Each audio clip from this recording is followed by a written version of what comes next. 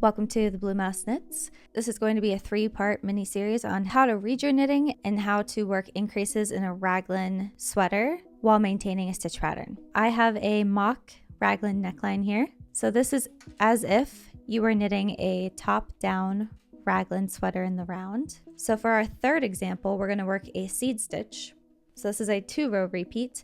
So for our setup row, we're going to work an increase. I'm going to make one right. And then our repeat is a knit one, purl one until you have 1 stitch left, which you will knit. So repeat and knit one, purl one until you have 1 stitch. For that last stitch, you knit it, and then you work an increase, and then you work your raglan stitches. So now that we've worked our first full row, it's time to learn how to read your knitting. So this essentially means that you can tell what stitch to work without having to look at your pattern or without having to refer to a stitch pattern. This is really, really helpful for increasing and decreasing, but just is a great thing to have in your toolkit as a knitter. A seed stitch is, at least an American seed stitch, or one worked in US terms, is alternating stitches on every row. So if you worked a purl stitch at the beginning of your last row, you start with a knit stitch instead, and vice versa. The goal of seed stitch is not to stack another stitch of the same kind on each other. So if I have a purl stitch below, I need to work a knit stitch, not another purl stitch. So if we look into the middle of our row, we can tell that this one right here is a purl stitch. So when we work it for this row, this has to be the opposite. This has to be a knit stitch. And this one is a knit stitch because you can tell it has the classic V of a knit stitch. So if this was a knit last time, it has to be a purl this time because that's how seed stitch works. So we can start from there. So this purl bump here, this has to be the opposite. So knit, purl, knit, purl, knit. So we start with a knit stitch. We're going to quickly work our increase. And then I said we're starting with a knit. So we knit one, purl one, knit one, purl one. And if you lose track, just look at what's below your next stitch. Our next one has a purl bump, so we have to do the opposite. So knit.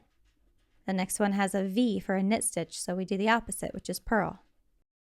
You don't even need to keep track of your stitch pattern with seed stitch. You're just always doing the opposite of what your next stitch is. I can't tell what the opposite of my last stitch at the end was because this was our increase. So I look at what I just worked. I just worked a purl, so now I'm going to work a knit.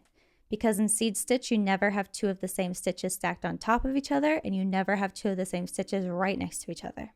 So if I have a purl here, I have to knit the last one, and then we work our increase. So seed stitch is a 2-row repeat, and we've already worked both rows. So this would be row 3. So I'm just going to demonstrate one more row. This is where if I'm knitting a full seed stitch texture, unless my pattern tells me otherwise, I don't really have to pay attention to the stitch pattern anymore because we know that you're always alternating knits and purls every stitch and you're never repeating stitches on top of each other. So you want to look at what is the most recent row. So right here is a purl stitch from our previous row because the bump is all the way up to the needle. The one next to it has a purl bump, but if we look closer, it's actually a knit stitch from the last row, and the purl bump is 1 row below that. Whichever you think is easier to find, either a knit stitch or a purl bump from the previous row, and then you just alternate stitches all the way over. So this was a purl, so we need to do the opposite. So this row it will be a knit. So knit, purl, knit, purl, knit, purl, knit. So you're starting with a knit. So I knit one, and then I purl one. Because a seed stitch is always alternating, I'm just going back and forth between knits and purls. And if you lose track, you just look at what the next stitch was in the previous row. So this next stitch here has a V. So it was a knit stitch last row, which means we need to do the opposite. So we purl it. Same logic here. There's a purl bump right up against the needle, which means this was a purl stitch last row. So it needs to be a knit stitch this row because for seed stitch, we always do the opposite. So you just keep alternating. Typically, though not always, but typically when you're knitting a raglan, your stitch pattern will be centered. So what you do at the beginning of the row will be the same at the end if it's a really simple stitch like seed stitch. If I ignore my increase stitch, my first actual stitch was a knit. So if I look here, I also ended with a knit. That's not always going to be the case, but oftentimes with a simple stitch like this, it will be centered. And that's kind of it for seed stitch.